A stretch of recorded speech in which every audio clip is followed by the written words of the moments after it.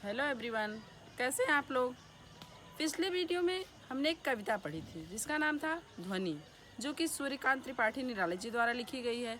इस कविता में निराला जी ने आशावादी दृष्टिकोण अपनाते हुए हमारे युवा पीढ़ी के अंदर एक नई आशा का संचार करने का प्रयास किया है, जिसको मैंने पूरी तरह से आपको समझा दिया था। आशा आपको समझ में भी आ गया होगा। मैंने कहा था कि अगले वीडियो में मैं इसके क्वेश्चन आंसर के बारे में डिस्कस करूंगी और उसके बारे में आपको बताऊंगी। आप नोट्स बना लीजिएगा।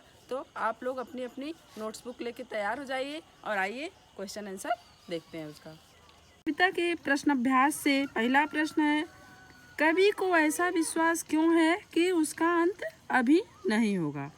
इस कविता में कवि ने पहली लाइन में कहा है कि अभी न होगा मेरा अंत।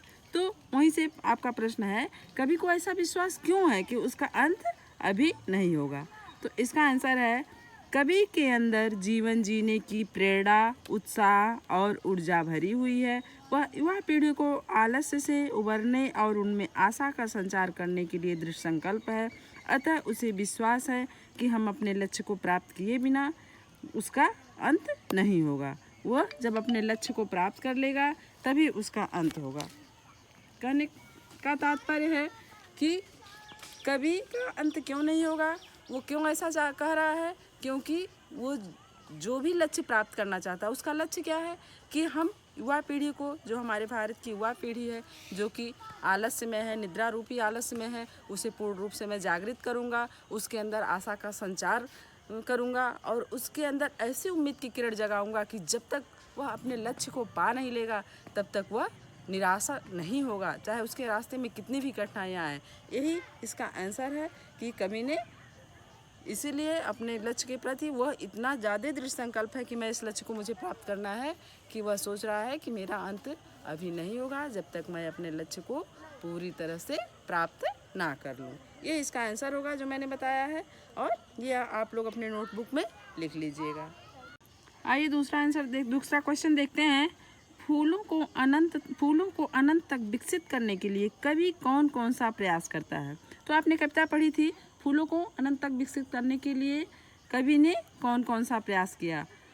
कवि अपने स्वप्निल हाथों को, स्वप्निल करों को उन कलियों के ऊपर फेरना चाहता है, उन्हें उस अनंत द्वार तक ले जाना चाहता है, उनके जीवन को अपने यमन रूपी, जो बसंत रूपी यमन आया है उसके जीवन में, उस अमृत धारा से उसे सींचना चाहता है। तो यही उसका आंसर होगा। आप लोग नोट कर लीजिए। फूलों को अनंत तक विकसित करने के लिए कवि उन्हें कलियों से फूल बनाना चाहता है। उसके जीवन में जो बसंत रूपी अमृत आया है उससे उन्हें सींचकर उनकी आँखों से आलस्य हटाकर उन्हें जागृत करना चाहता है। तो ये इसका आंसर है, इसको नोट कर लीजिएगा अपनी नोटबुक में। आइए नेक्स्ट क्वेश्चन देखते हैं। कवि पुष्पों की तंद्रा एवं आलस्य हटाने के लिए क्या करना चाहता है। कवि पुष्पों की तंद्रा एवं आलस्य को दूर हटाने के लिए क्या करना चाहता है। तो अभी पिछले क्वेश्चन से मिलता जुलता इसका भी आंसर होगा आपको। कवि, तंद्रा मीन्स होता है नींद, आलस्य मीन्स आप समझते हैं या आलस होता है। कवि पुष्पों की तंद्रा एवं आलस्य को दूर हटाने के लिए उन पर अपना स्वप्निल और कोमल कर फेर कर उन्हें प्राणवान, आशावान एवं पुष्पित करना चाहता है तथा उन्हें एक सुंदर सुबह से मिलाना चाहता है। अर्थात कवि नींद में पड़े युवकों को प्रेरित करके उनमें नए उत्कर्ष व स्वप्न को जगाकर उनका आलस्य दूर करके उनमें नए उत्साह का संचार करना चाहता है। तो इसका तात्पर्य आप समझ गए होंगे कि इसका तात्पर्य यही है, कवि जो है बसंत के माध्यम से या आप समझ लीजिए पर्यावरण या प्रकृति के माध्यम से हमारी युवा पीढ़ी को यह सूचना देना चाहता है कि आप आलस्य से दूर हो जाइए, आप जागृत होइए, अपने अंदर नए उत्साह भरिए और अपने लक्ष्य की प्राप्ति में पूरे उमंग और उत्साह के साथ लग जाइए। आपको अपने लक्ष्य की प्राप्ति अवश्य होगी। इसमें आपके 3 ही क्वेश्चन आंसर हैं। आइए कुछ कठिन शब्द देख लेते हैं। देखिए, मृदुल, मृदुल मीन्स होता है कोमल। पात, पात मीन्स पत्ता होता है। गात, गात मीन्स होता है शरीर। निद्रित, सोया हुआ। प्रत्युष मीन्स प्रातःकाल या सुबह। तंद्रालस, नींद में अलसाया हुआ। लालसा मीन्स अभिलाषा या इच्छा या जो लालच होती है उसको भी कह सकते हैं, लेकिन इसका मेन अर्थ होता है अभिलाषा या इच्छा। आइए अब कुछ भाषा की बातें करते हैं। आइए भाषा का दूसरा प्रश्न देखते हैं। कोमल गात, मृदुल बसंत, हरे हरे प्यात, ये क्या है? विशेषण जिस संज्ञा की विशेषता बताते हैं, सर्वनाम की भी विशेषता बता सकते हैं, उसे विशेष्य कहते हैं। ऊपर दिए गए वाक्यांशों में गात, बसंत और पात शब्द क्या है? विशेष्य हैं, क्योंकि इनकी विशेषता क्रमशः कोमल, मृदुल और हरे हरे पात शब्द से बताया गया है।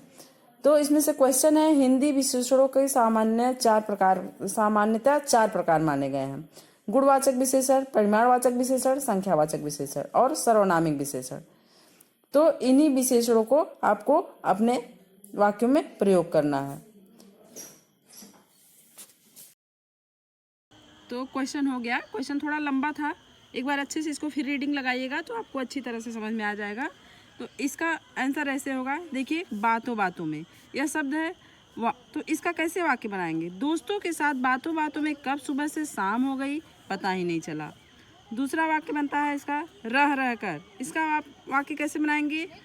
कल सुबह रह रह कर बारिश हो रही थी। तीसरा शब्द है लाल लाल। तुम बाजार से लाल लाल टमाटर लेकर लाना सुबह सुबह। इसका वाक्य बनेगा सुबह सुबह टहलना सेहत के लिए अच्छा होता है। रातों रात। इसका वाक्य बनेगा पुलिस ने रातों रात चोर को पकड़ लिया। या ये भी कह सकते हैं रातों रात चोर चोरी करके सामान उठा ले गए। घड़ी घड़ी वाक्य, तुम घड़ी घड़ी अपना निर्णय बदल लेती हो। या ये भी कह सकते हैं तुम घड़ी घड़ी अपना निर्णय क्यों बदलते रहते हो।